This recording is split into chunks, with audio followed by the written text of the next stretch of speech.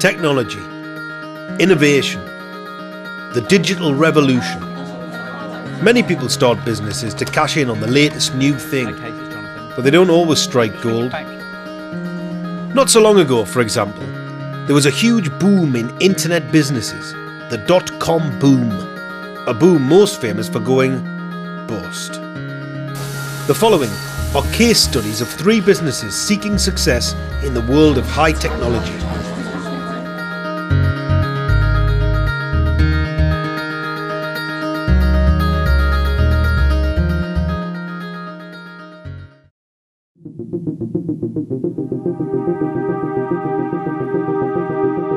This is James Murray Wells, Jamie to his friends. But we want them blue. Just 3 years ago he was at uni doing English. And now he's the boss of a £3 million company called Glasses Direct. Jamie was doing his finals. He needed a pair of glasses. But the high street opticians were charging £150. And I just looked at these and I just thought, this is a bit of wire and a bit of glass. Why is it costing me £150? I mean, I was a student, I was on a student loan. I just thought it's just too much. I looked at my friends, they'd all bought glasses as well. They thought the price was a complete rip-off on the high street. And I wanted to do something about it. So I was revising for my finals and I decided to put together a website and see if I could change the way people buy glasses. The result? Glasses Direct. You still get your eyes tested at an optician's, but then you use the prescription to buy from the website. The lenses and frames are made by their suppliers and they're posted to the customer. And the average price is £15. A tenth of the price? Jamie claims the quality's just the same. Even with all the bits and pieces, the best coatings, the best quality lenses we can find, the greatest quality frames that come from America, as good a quality as designer frames in the UK, we can still do it for around £15 a pair. Well, the competitors weren't happy.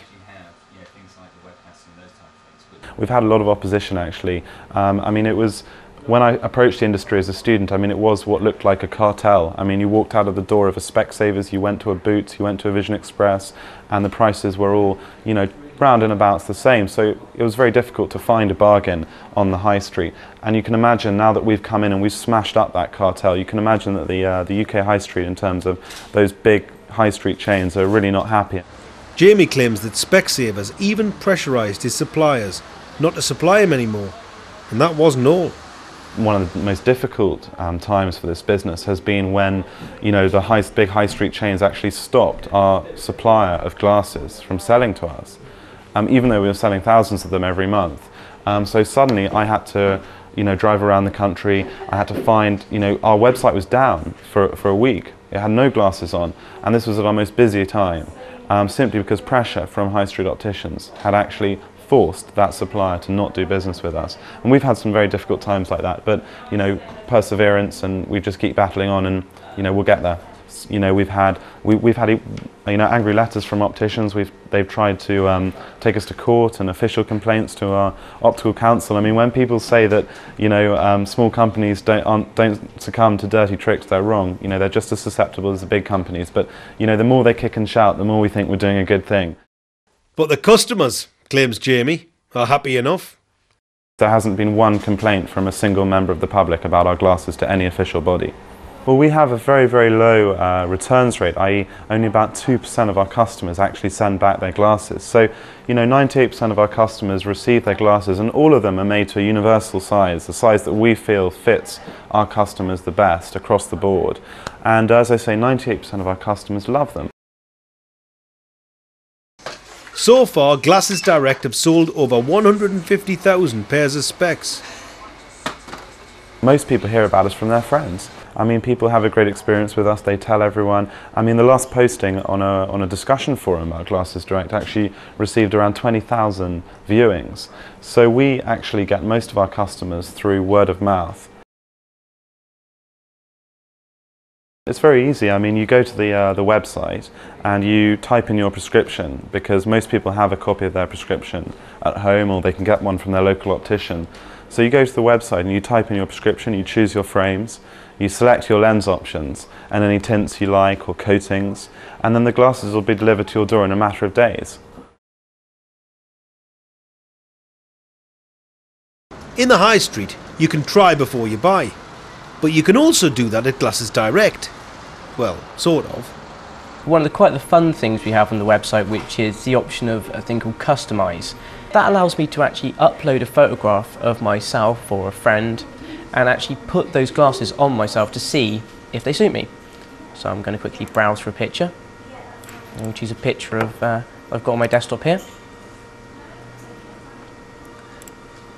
I can upload that photograph, and again, using these sliders here, I can actually control the size and the rotation of the photograph.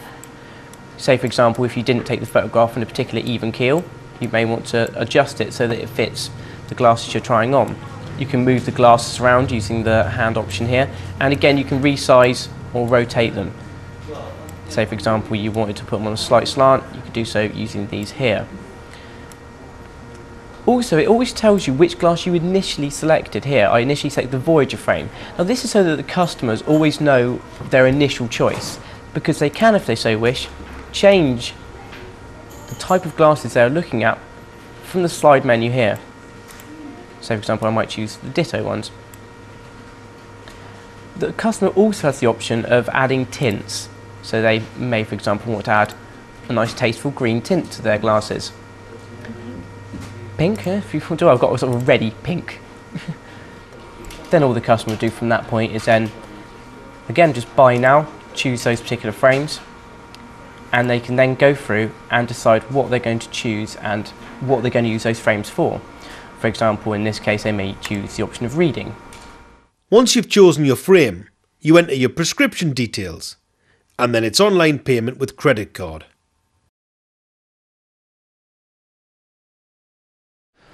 I mean, at home it was a real roller coaster. I mean, we had I mean, you can see from some of the pictures on the wall, we had, you know, sort of 8 or 9 people working from home at one point. So we had people in the living room, in the kitchen, you know, cables going upstairs, and we were setting up computers in every corner of the house we could possibly find.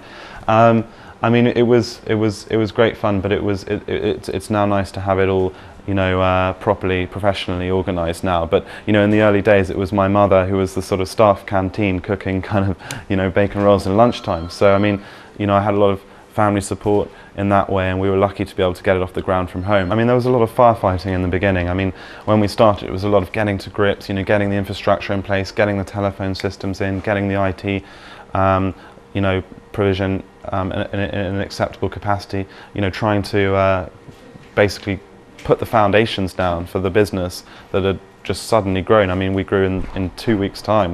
We had to hire 3 call centres to take the volume of calls. So we had a very, very quick, we jumped in at the deep end. So a lot of the first, say, year was just in terms of laying those foundations.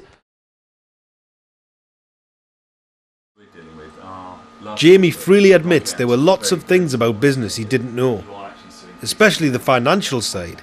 So one of the important things for me was to, you know, bring in people, experts who could deal with areas which I was bad at. So I kind of recognised my weaknesses. In my case, it was the math, the financial side. I'm terrible at that. So the first thing I did was actually bring on a full-time qualified accountant to work here, who could teach me that, I can learn off, and who could be my financial manager. When I talk to people who are young people as well who are starting up businesses, I mean, one of the things I say is to start small and grow big.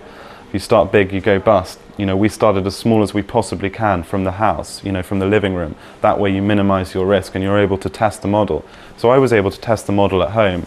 Once I'd found out that it was a success, once I found out that orders were coming in, and I was able to roll it out into bigger offices and make it a professional company.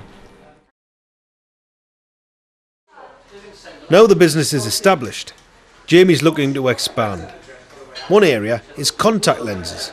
Well, Contacts Direct was started up about a year ago, and we aim to halve what people would usually pay for their contact lenses on the high street. And in fact, when we started, we were actually undercutting Tesco's online. So the cheapest contact lenses on the internet are right now at our website, Contacts Direct, and it's growing every month.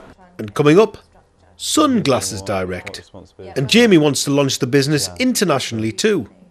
At the moment we're looking at pushing out into 14 other countries, and we're doing that all concurrently, pushing the company as hard and as fast as we possibly can in terms of getting big quick.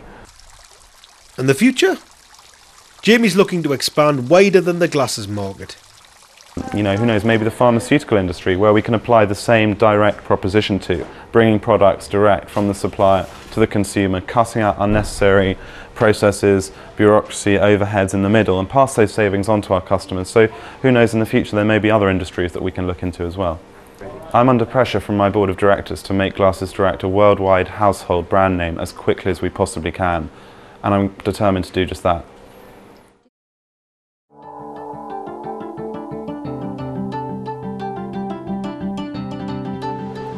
This is Future 8, set up in 2000. It's run by the directors Jonathan Grove and Jill Osgathorpe. They make websites for organisations, mostly in the public sector. This is an example of their work. The ticket finder section for the Travel South Yorkshire website. You can use it to find the different tickets and reductions available for the buses, trains and trams in the area. Jill and I used to work for the same company, which was a small consultancy, web consultancies. They specialised in online education and that kind of thing. Well, Jill and I were frustrated by our experience of that business. It was also kind of at the tail end of the dot-com boom, and we just could see there was some very interesting work being undertaken that we felt we were missing out on. So our motivation really to set up our own business was just to do more interesting work. And what actually happened was we bid for we set up as a company in our own time and bid for a large e-learning contract, online learning contract with LearnDirect, who are based in Sheffield, which we won. And that gave us enough revenue to act as a springboard for us to leave our employer and start our own business.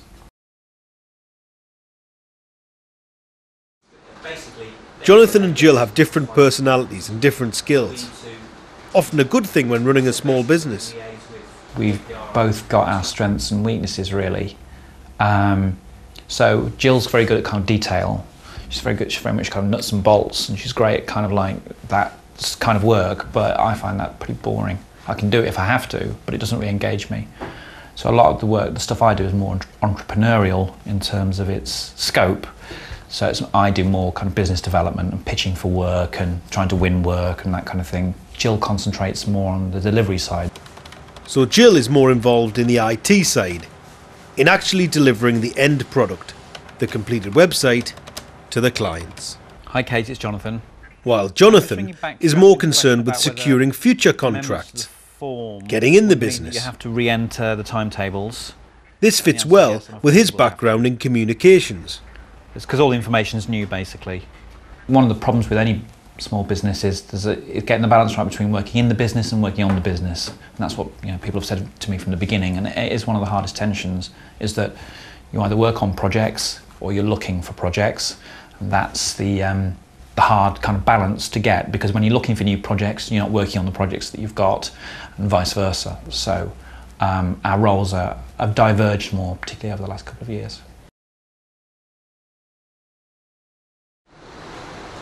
Future 8 are often involved in what's called tendering, the formal process of pitching for work.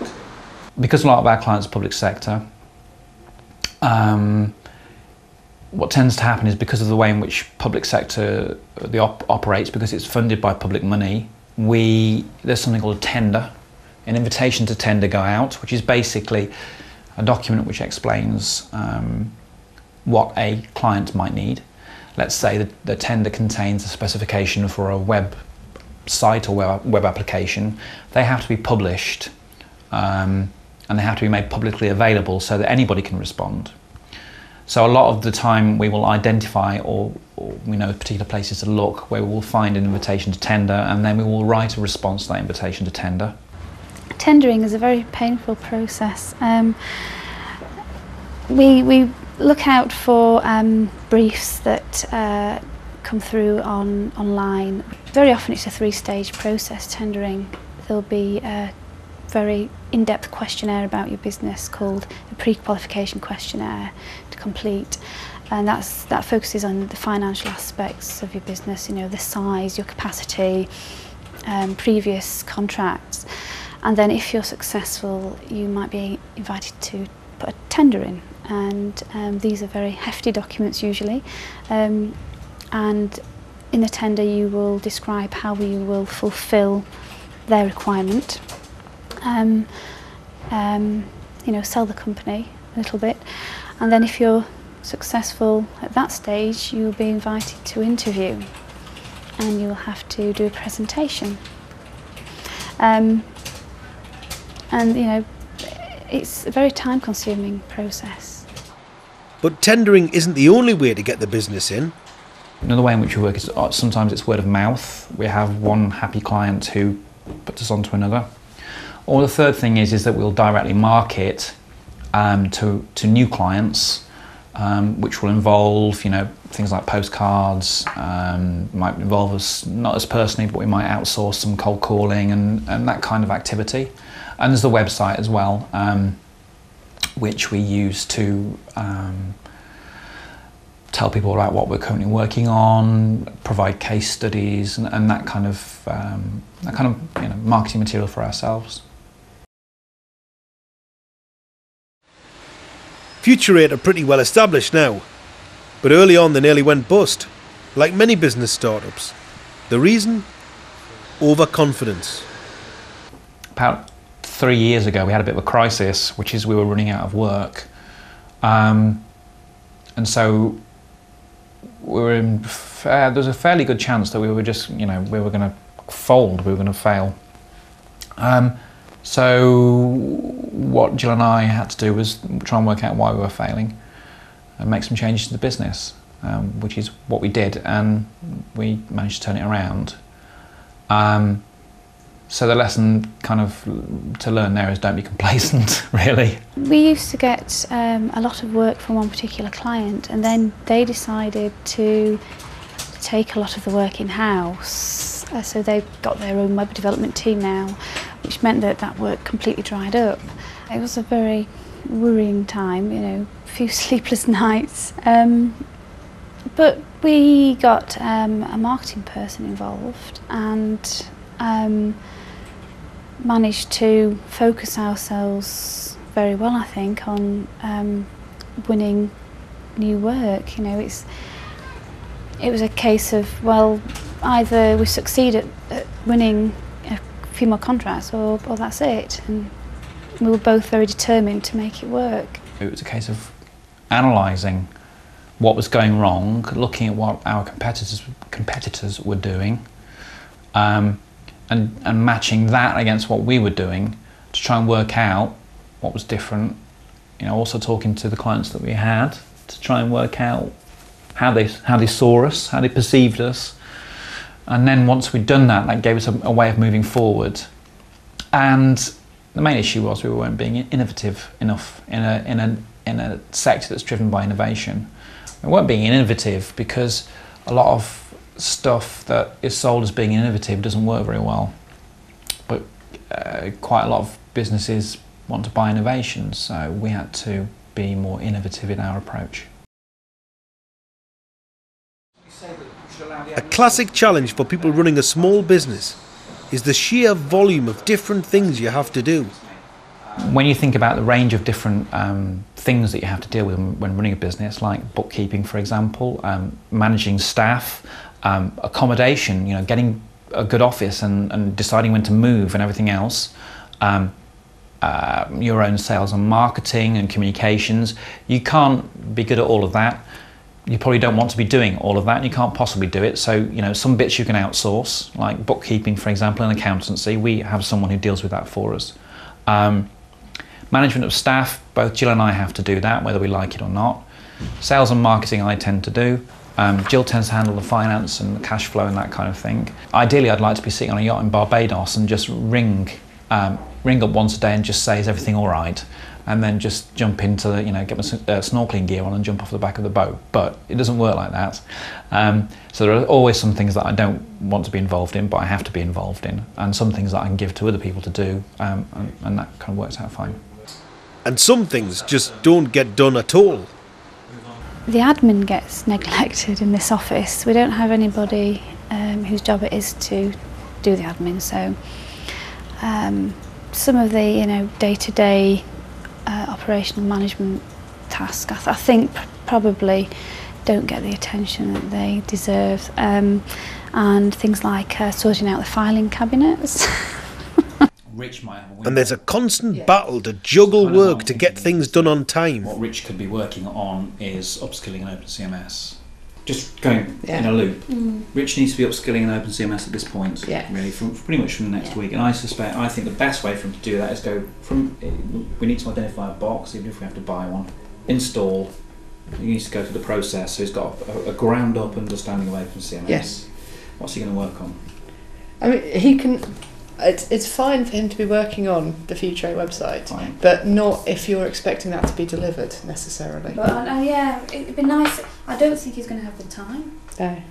to do that. To hit the deadlines that we've got to hit at the moment for the work, excluding Film London, everybody's got to do everything in the time that they've said it's going to take, because there isn't any slack in the schedule. They could hire in freelance software developers to help meet the deadline, but Jonathan isn't keen, to put it mildly. Yeah. They're a total pain in the arse.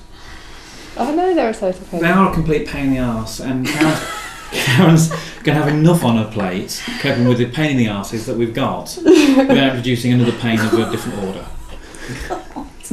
But you know what I mean, in terms of managing developers, it's very, very, very difficult.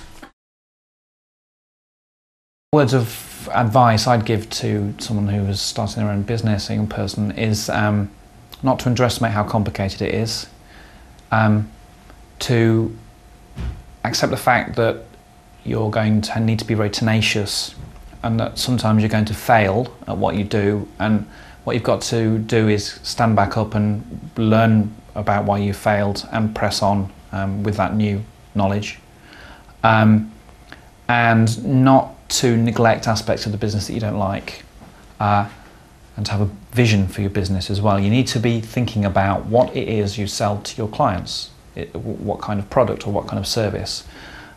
See about the way in which you see the business developing, which kind of leads on to things like branding. You need to have an identity for your business, and things like logo and design are very important because they help people recognise your business and to link your products to your particular enterprise.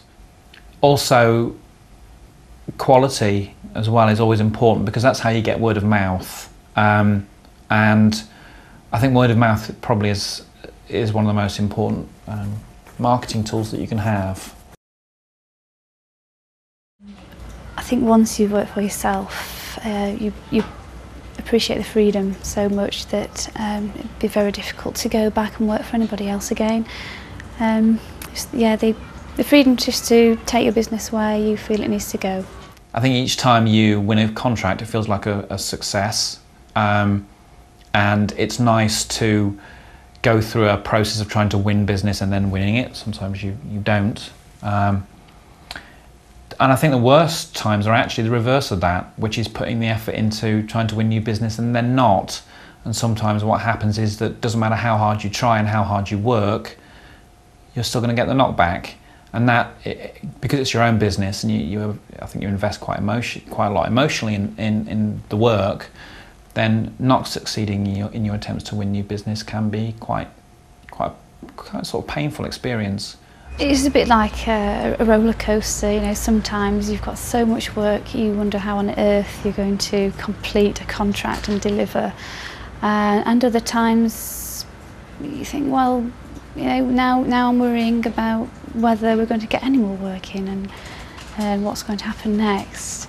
Is the business going to survive? So as long as you're prepared for the ride, I think that's the main thing.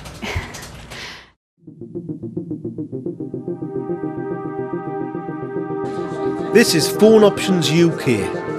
You've probably talked to them. or people like them.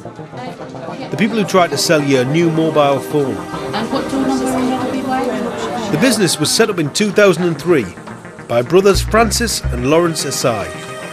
Its turnover has now topped $1 million. We contact customers in the UK and we provide them an upgrade on the present phone that they have at the moment. We tend to target just contract customers only. Those are the ones that are paying monthly bills. And obviously every 12 or 18 months you can have a new phone. A company like ourselves will provide you that service.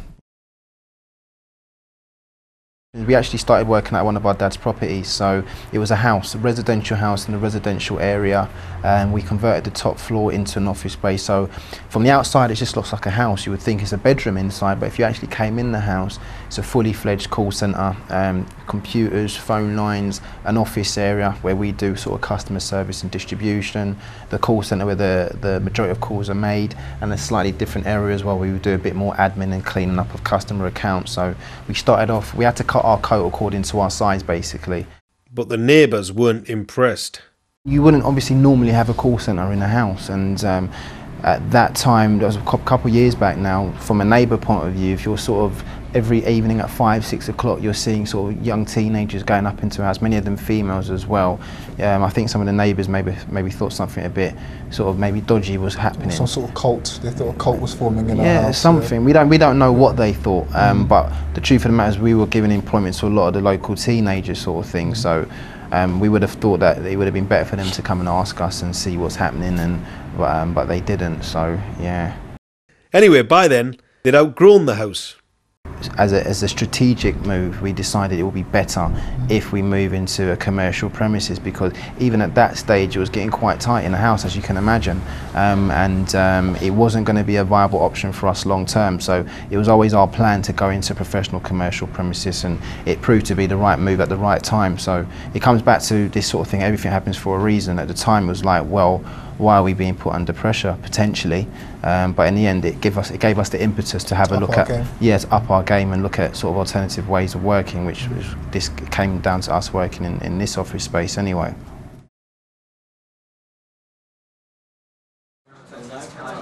Phone Options wasn't their first business. In 2002 they set up a provisions store in Ghana, their country of origin. Their father was the force behind the scenes. Our dad is very dynamic in terms of what he wants us to do as brothers, and he's always been for one for having a plan A, plan B and plan C. He thought that within the region in Ghana that we were not brought up in, but he was brought up in, that there was a market to have a market there basically. So that was his first idea, which we took on. And in this country here, we thought that in terms of mobile phone upgrades, in terms of good quality upgrade centres, there wasn't many. So that's when me and Francis took the opportunity to get into that market and try and do a business here. For Francis, setting up his own business means being able to fulfil his potential. When you work for someone, you're paid according to a job title. Even if there's 2 or 3 of you the same job title, you're all going to get paid the same. Or if your face don't fit, you're not going to get promotion. In business, what you put in is what you get out, and the sky is the limit as well. If you have a very, very successful company, you can make, obviously you'll be very, very profitable. You know, we feel very passionate about it. You know, we want to be the best at what we do. We come in every day, sometimes come in earlier than normal. You know, we feel very strongly about our business. We want to be the best and be successful.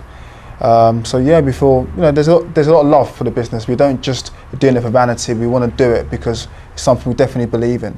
We definitely believe in our company. We do believe in our service to customers, and we do believe that we are the best in our field. The brothers claim their ethical approach sets them apart.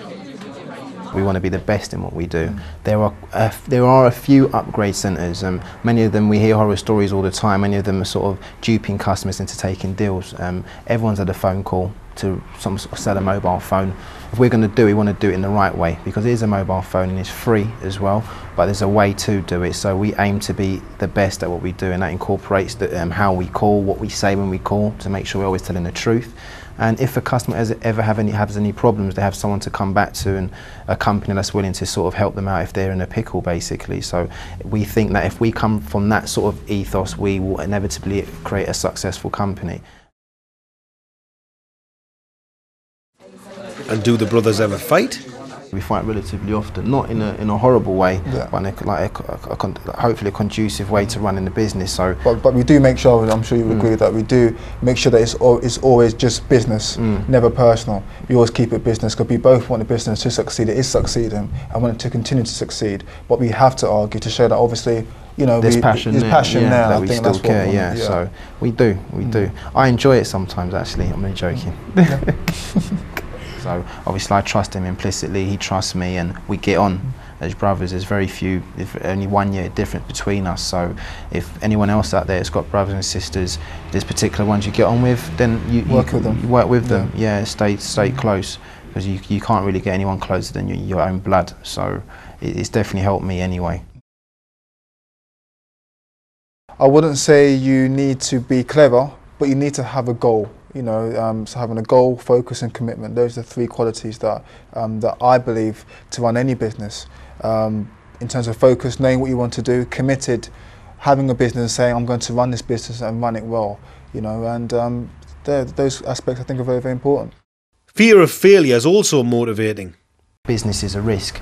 It can go very well, it can go terribly bad, and things can sort of fall apart. Many companies fail all the time, and it's that fear factor of your company not succeeding that keeps driving you forward. It's like a fire behind you, and if you stop running, the fire's going to catch you up, for example. If you don't want to get burnt, keep running, and that's what keeps us going.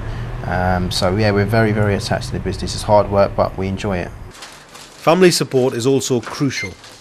If you've got your partner at home, or your wife at home, or your husband at home, if you finish work and you go home and they're there for you to keep you motivated, even though they're not working in the business, they're part of the business because they're seeing you live it. And you need to have those sort of people around you. I've got my brother and my parents, I've got my partner as well that does that for me as well. So it's very important that you have that. Be willing to work with what you have, the resource that you have, make use of what you've got.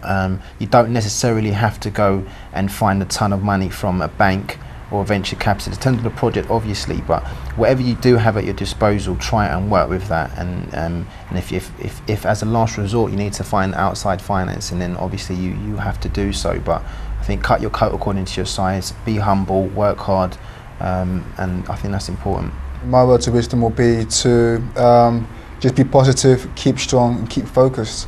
When you want to start a business, at times you will have days where you wake up and you think, is this really going to work? Is it really going to pan out? Sometimes family may not back you. Maybe one quarter of the family will back you and the other quarter probably won't.